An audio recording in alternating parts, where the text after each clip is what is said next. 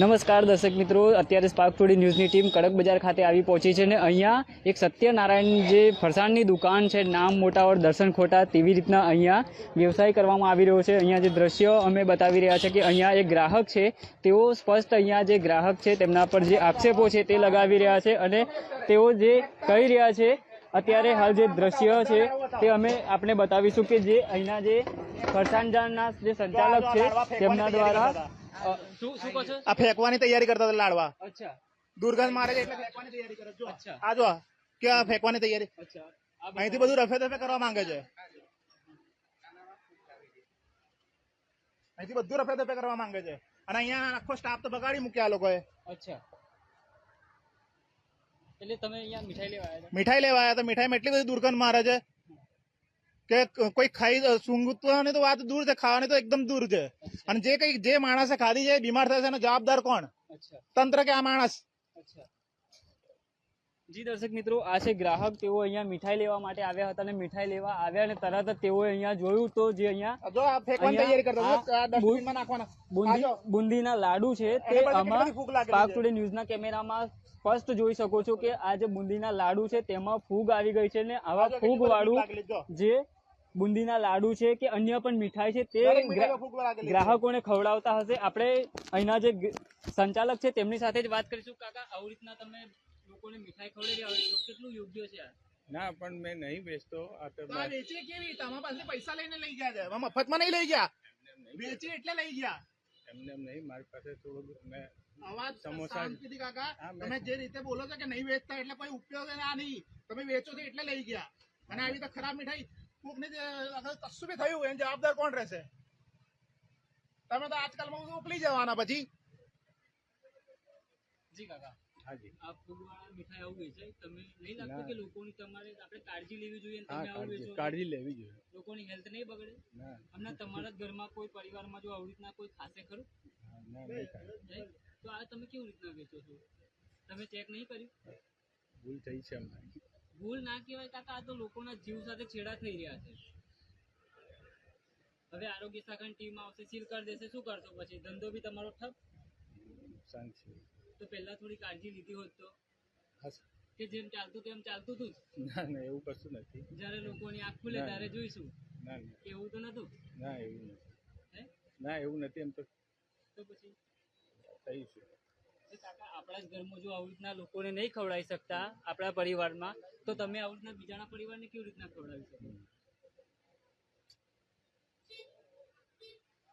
જી દર્શક મિત્રો, આ છે અહીંના જે ફરસાણના સંચાલક, તેઓ કહી રહ્યા છે કે અમારી ભૂલ થઈ ગઈ છે, પણ ભૂલ લોકોના જીવ સાથે છેડા કરીને ભૂલનો પશ્ચાતાપ કરે તે યોગ્ય નથી। કેમ કે અહીંયા હમણાં થોડીક જ ક્ષણોમાં આરોગ્ય શાખાની ટીમ પણ અહીંયા પહોંચશે ને અહીંયા જે આ દુકાન ફરસાણની જે દુકાન છે તેના પર કાયદેસરની કાર્યવાહી કરશે। એક તરફ જે વડોદરા આરોગ્ય શાખાની ટીમ છે તેમના દ્વારા લોકોના હેલ્થ સારા રહે તે માટે અલગ અલગ જગ્યાઓ પર જઈને તેમના દ્વારા જે ફૂડને લઈને કામગીરી છે તે કરવામાં આવતી હોય છે। ત્યારે અહીંયા સ્પાર્ક ટુડે ન્યૂઝની ટીમ અત્યારે સત્યનારાયણ ફરસાણ છે ત્યાં પહોંચી છે અને અહીંયા એક ગ્રાહક સાથે તેઓએ છેડા કરી નાખી છે કે તેઓ તમે શાના માટે મીઠાઈ લીધી હતી?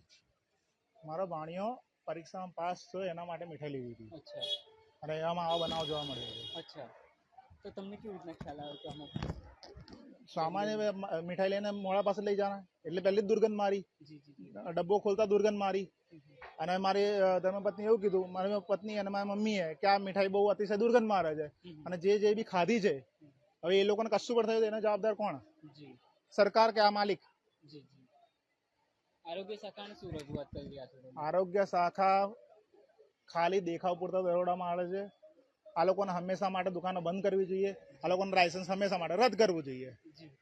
આ તો જો કોઈ ઘરમાં ખાધી છે ખરી? હા, ખાધી છે। અચ્છા, હવે એ જ કહું છું કે એ લોકો જો બીમાર પડશે કે એ લોકો પર કશું બી થયું એ લોકોના જીવના જોડે તો એમનો જવાબદાર કોણ? જી દર્શક મિત્રો, થોડા પૈસા કમાવાની લાલચે આવું જો ફૂગવાળું જો ખવડાવવામાં આવે લોકોને તો અહીંયા તો લોકો ચલો ખાઈ લેશે, પણ જ્યારે ઉપરવાળો જોતો હશે ત્યારે શું વિચારતો હશે? કેમ કે આવી રીતના જો કોઈના જીવ સાથે આપણે છેડા કરીએ એ આપણો અધિકાર નથી। કેમ કે અહીંયા આપ જે દ્રશ્ય જોઈ શકો છો કે અહીંયા તવા મૂકવામાં આવ્યા છે અને જે તવા છે તેમાં તેલ પણ છે, તો તેલ પણ કેટલું ગંદુ છે તે પણ અહીંયા જોઈ શકાય છે। અહીંયા નીચે પણ અહીંયા એક તેલનો ડબ્બો છે તે મૂકવામાં આવ્યો છે, તે પણ અહીંયા કોઈ અહીંયા સમોસા છે, અલગ અલગ જે અહીંયા ફરસાણ છે તે બનાવી રહ્યા છે. પણ ક્યાંક ને ક્યાંક આવા જો તેલમાં જો અહીંયા ફરસાણ કે કઈ મીઠાઈ બનાવવામાં આવે તો સીધું જ તે લોકોના જીવ સાથે છેડા થઈ રહ્યા છે. અને અહીંના જે સંચાલક છે તેઓ જે કહી રહ્યા છે કે અમારી ભૂલ થઈ ગઈ. પણ કેમ ભૂલ થઈ? લોકોના જીવ સાથે છેડા કરવાનો તમારો કોઈનો અધિકાર નથી કે આવી રીતના તમે જો અયોગ્ય જે ખાવાનું છે તે તમે લોકોને પહોંચાડી રહ્યા છો. અનેક લોકો તમારા દુકાને આવતા હશે, નામ છે મોટું, દર્શન થઈ રહ્યા છે ખોટા, તેવી સ્થિતિ અહીંયા ઉદ્ભવી છે. ત્યારે હાલ જે અહીંયા લોટ પણ અહીંયા છે, આ શાનો લોટ છે? આ ના અહીંયા સેવ બનાવતા હતા, આમાં વાળ પણ છે, હમણાં દેખાય પણ છે, જોઈ લો તમે લોકો. અને અંદર ના મીઠાઈમાં ફૂગ લાગેલી છે બધામાં, અને વાસ આવે છે. આ મીઠાઈ અમે લઈ ગયા હતા. જી જી, આ મીઠાઈ, અચ્છા, મીઠાઈમાં પણ ફૂગ છે. હા, મીઠાઈમાં આ જોઈ લો, white આ ફૂગ જો દેખાય. લીલી કલર ની દેખાય છે. White મીઠાઈ પર લીલા હા. કલરની ફૂગ અલગથી જ દેખાય છે. અચ્છા. જી દર્શક મિત્રો, અહીંના સંચાલકનું ખાલી એવું જ હશે કે ચલો વરસાદી માહોલ છે, સારું એવો ધંધો થઈ જાય, પણ ક્યાંક ને ક્યાંક લોકોના જીવ સાથે છેડા કરીને તેઓ ધંધો છે તે તેમનો આગળ ધમધમાવી રહ્યા હતા. પણ એક જે જાગૃત નાગરિક છે, જાગૃત ગ્રાહક છે, તેઓ અહીંયા આવ્યા અને જ્યારે તેમને સ્વીટ છે, ફરસાણ છે ખરીદ્યું અને ઘરે જઈને જ્યારે બોક્સ ખોલ્યું ત્યારે બોક્સમાંથી જો જોવા મળ્યું આખી જે મીઠાઈ છે તે ફૂગવાળી હતી. અહીંયા જે દ્રશ્ય જે અમે ત્યાં આપણે બતાવ્યા કે જે મીઠાઈ છે, અહીંયા જે બુંદીના લાડુ છે તેમાં પણ અઢળક જે ફૂગવાળી અહીંયા વસ્તુઓ છે તેનું સ્પષ્ટ વેચાણ થઈ રહ્યું છે, તે પણ અહીંયા જોવા મળી રહ્યું છે. અને અહીંયા જે અહીંયા લોટ છે તેમાં વાળના પણ અહીંયા નંગ છે તે જોવા મળી રહ્યા છે. અને ક્યાંક ને ક્યાંક આ જે ફરસાણ જે સંચાલક છે તેઓ અત્યારે શર્મિંદા છે. પણ કેમ શર્મિંદા છે? જ્યારે આ વેચતા હતા તે ટાઈમે તેઓને શરમ નથી આવી. અને ક્યાંક ને ક્યાંક જે લોકોના જીવ સાથે હલતા ચાલતા લોકોના હેલ્થ બગાડવાનું આખું કારસ્તાન આ ફરસાણની દુકાનમાં થઈ રહ્યું હોય તેવું સ્પષ્ટ દેખાઈ આવે છે. કેમ કે અહીંયા સમોસા છે તે પણ ખુલ્લી હાલતમાં જોવા મળી રહ્યા છે.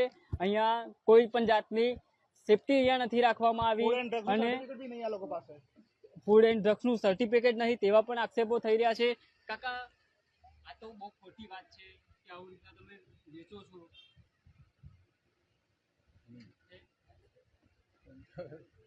સારું જ વેચું છું, પણ હવે આ વરસાદના લીધે જલ્દી ફૂગ લાગી ગઈ છે.